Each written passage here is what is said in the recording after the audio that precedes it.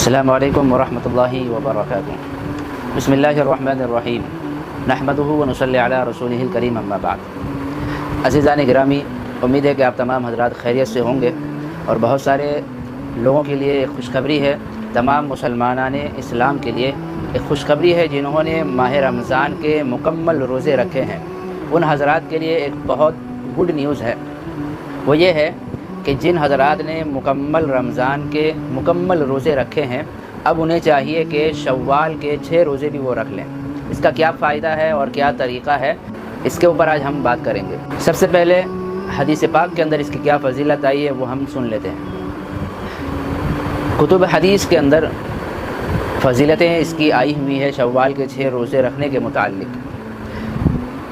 سنن ابن ماجہ کے اندر حضرت ثوبان رضی اللہ تعالیٰ عنہ اور اسی طرح حضرت ایوب رضی اللہ تعالیٰ عنہ، ان دونوں صحابہ کرام سے روایت منقول ہے۔ حضرت ایوب رضی اللہ تعالیٰ عنہ یہ فرماتے ہیں، من صام رمضان ثم اتبعہ بست من شوال کان کصوم الدہر، اور ایک روایت میں ہے فذلک صیام الدہر۔ حضرت ایوب انصاری رضی اللہ تعالیٰ عنہ فرماتے ہیں کہ جس شخص نے رمضان کے روزے رکھے، پھر اس کے بعد شوال کے 6 روزے اس نے ملا دیے، یعنی رمضان کے بعد شوال کا جو مہینہ ہے 6 روزے اس نے ملا دیے، تو گویا اس نے پورا سال اس نے روزہ رکھا، اللہ تعالیٰ اسے پورے سال روزہ رکھنے کا ثواب دیں گے۔ وہ کس طرح سے یہ ہوا؟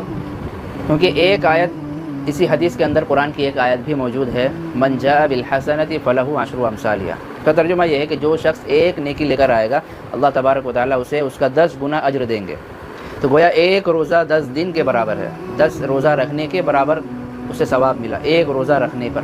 تو گویا اس نے رمضان کے جو 30 روزے رکھے ہیں، تو اس نے 30 روزہ کا ثواب 300 دن کے برابر اس نے حاصل کیا۔ ایک روزہ 10 دن کے برابر، 10 روزہ 100 دن کے برابر، 20 روزہ 200 دن کے برابر، اور 30 روزہ 300 دن کے برابر ہے۔ اسی طرح شوال کے جب 6 روزے وہ ملائے گا تو 6 روزے 60 دن کے برابر ہے، تو گویا اس نے 360 روزے کا ثواب حاصل کیا۔ 36 روزہ رکھنے پر اللہ تبارک و تعالیٰ اس کا 10 گنا اجر دیں گے، تو گویا 360 دن کا ثواب اسے عطا کریں گے۔ اور سال میں 365 دن ہوتے ہیں، اور اسلامی اعتبار سے اگر دیکھا جائے تو چاند کبھی 30 کا ہوتا ہے، کبھی 29 کا ہوتا ہے، اس حساب سے سال میں 360 دن بھی بنتے ہیں تقریباً۔ تو گویا اس نے 36 روزے رکھ کر پورے سال کے روزے کا ثواب اس نے حاصل کر لیا۔ یہ بہت بڑا گڈ نیوز ہے، خوشخبری ہے ان لوگوں کے لیے جنہوں نے رمضان میں مکمل ماہ روزہ رکھا ہے۔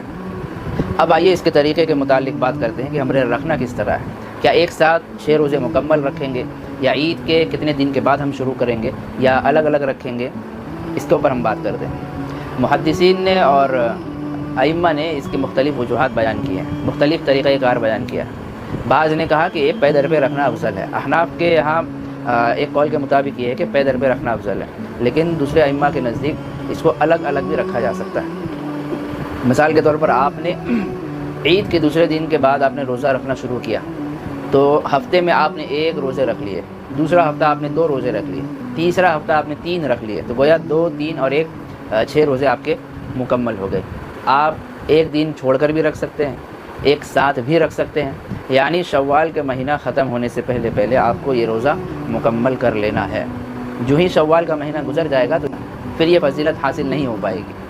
اور رہا مسئلہ ان لوگوں کا جنہوں نے رمضان کے روزے نہیں رکھے، تو یہ بشارت ان لوگوں کے لیے نہیں ہے، یہ خوشخبری ان لوگوں کے لیے نہیں ہے، یہ آفر ان لوگوں کے لیے نہیں ہے جنہوں نے رمضان کے روزے نہیں رکھے۔ کیونکہ حدیث پاک کے اندر صاف شرط موجود ہے کہ جس نے رمضان کے روزے رکھے پھر 6 روزے اس نے ملائے، گویا اس نے پورے سال کا روزہ رکھا، کیونکہ رمضان کے روزے کی قید لگائی گئی ہے۔ اور جنہوں نے نہیں رکھے ہیں رمضان کے روزے، اگر وہ خالص شوال کے روزے رکھیں گے تو ان کو صرف نفلی ثواب، نفل روزہ رکھنے کا جو ثواب ہوتا ہے وہ ان کو شاید اللہ تبارک و تعالیٰ دے دیں، لیکن یہ کرنا بھی بیوقوفانہ حرکتوں سے خالی نہیں ہے۔ رمضان کا روزہ تو فرض ہے، رمضان کے روزے نہ رکھنے پر وعید ہے، نہ رکھنے پر گناہ ہے، کفارہ ہے۔